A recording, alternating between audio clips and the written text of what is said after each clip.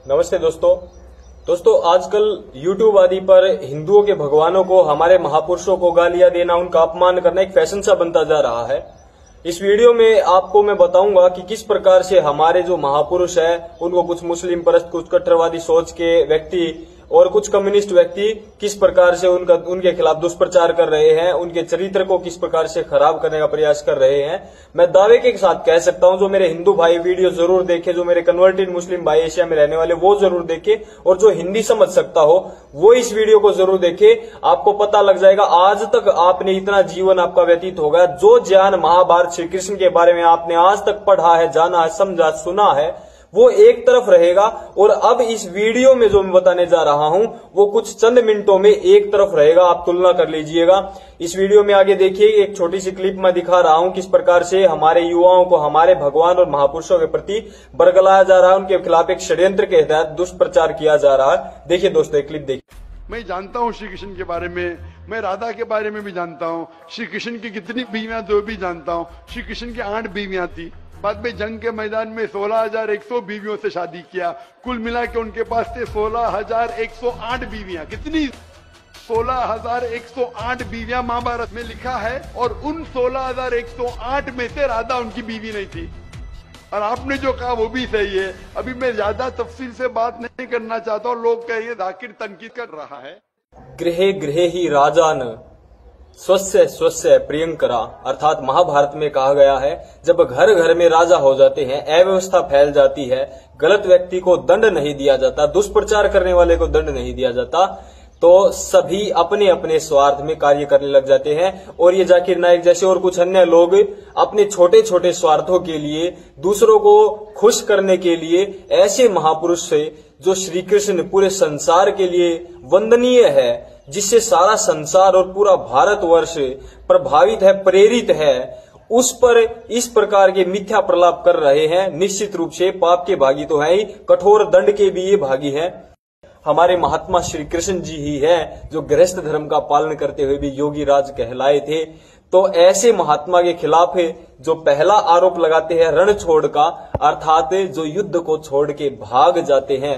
अरे, जिसने अपने जीवन में एक भी युद्ध नहीं हारा, कभी एक युद्ध नहीं हारा, और वो तो ऐसा योगी राज था, वो तो ऐसा वीरों का वीर था, जिसने बिना शस्त्र उठाए भी युधिष्ठिर को महाराज घोषित कर दिया था, पूरे विश्व का राजा घोषित कर दिया था और बना दिया था। महाभारत का युद्ध जिसने जितवा दिया बिना शस्त्र अस्त्र उठाए, ऐसा व्यक्ति यदि कोई था तो महात्मा श्री कृष्ण ही था, जिसने 25 वर्ष की उम्र में अपने मामा कंस को मल्लयुद्ध में हरा दिया, जिसने चेदी के शिशुपाल हो या मगध का जो जरासंध था उसको परास्त कर दिया, और बिना अस्त्र शस्त्र उठाए जिसने महाभारत का युद्ध जीत लिया। ऐसे महावीर को आप एक रणछोड़ बोल रहे हो, अत्यंत ही शर्मनाक है। इससे आगे दोस्तों कहते हैं उनकी 8 पत्नियां थी, उन पर अनर्गल जो प्रलाप आरोप लगाए जा रहे हैं कि उनकी 16,000 दासी थी, ये अत्यंत ही शर्मनाक और पाप का विषय है। इस पे दंड होना ही होना चाहिए। मैं महाभारत से आपको दिखाऊंगा, यदि कोई भी व्यक्ति ठीक वाली महाभारत से एक भी श्लोक लाकर ये दिखा दे कि 16,108 पत्नियां थी, तो जो कहोगे वो मैं करने के लिए तैयार हूं। मैं बताता हूं दोस्तों श्री कृष्ण जी का चरित्र कैसा था महाभारत में। जब श्री कृष्ण जी अनेकों युद्ध लड़के और जीत के आए, तो माता रुक्मणी ने कहा कि आप जैसा ही एक बलशाली, चरित्रवान, धर्मात्मा पुत्र मेरे को चाहिए। तब श्री कृष्ण जी ने जो कहा वो मैं आपको पढ़ के सुनाता हूं। महाभारत के सौप्तिक पर्व अध्याय 12 श्लोक 30 से, ब्रह्मचर्य महद घोरम तीर्थ्वा 12 वर्षिकम हिमवत पार्श्वमास्थाय यो मया तपसार्जितः। अर्थात जब 12 वर्ष तक दोनों ने बद्रिकाश्रम हिमालय की कंदराओं में तपस्या की, और उसके बाद जब बल शरीर का पूर्ण बढ़ गया, तब उन्होंने एक पुत्र को जन्म दिया माता रुक्मणी ने, और उसका नाम प्रद्युम्न था। और कहते हैं कि जब प्रद्युम्न और श्री कृष्ण चलते थे तो पता नहीं लगा पाते थे कौन प्रद्युम्न और कौन श्री कृष्ण।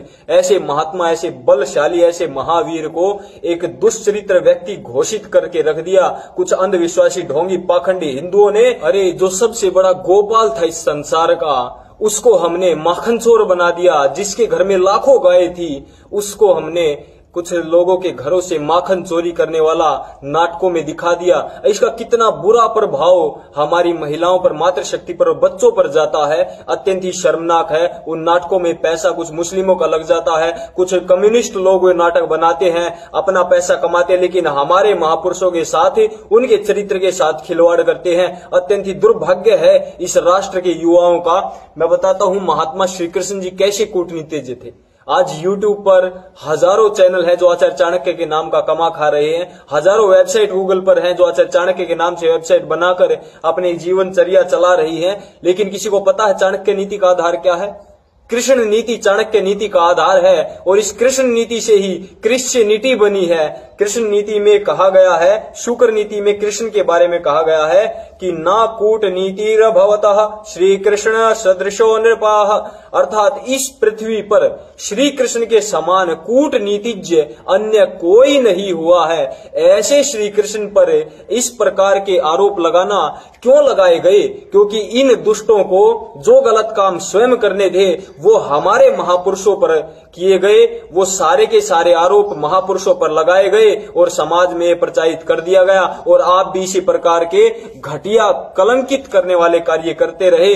महाभारत में और श्री कृष्ण के बारे में महर्षि दयानंद सरस्वती अपने अमर ग्रंथ सत्यार्थ प्रकाश में लिखते हैं कि महाभारत के इतिहास में श्री कृष्ण जी के कर्म, गुण, स्वभाव और चरित्र अत्यंत ही उज्जवल है, और उन्होंने जन्म से मृत्यु पर्यंत कभी भी कोई बुरा कार्य नहीं किया, ऐसा महर्षि दयानंद सरस्वती कहते हैं। इन भागवत वालों ने अपने ढोंग पाखंड स्वार्थ के लिए, पैसा कमाने के लिए और मुस्लिमों के दबाव में आकर हमारे ग्रंथों में मिलावट की है। दूध, दही, मक्खन आदि की चोरी और कुब्जा दासी से समागम, पर स्त्रियों से रास मंडल क्रिया आदि मिथ्या दोष श्री कृष्ण जी की बहुत सारी निंदा इन लोगों ने कर दी है। दोस्तों, ये मैंने तथ्यों पर आधारित आपके सामने बात रखी है।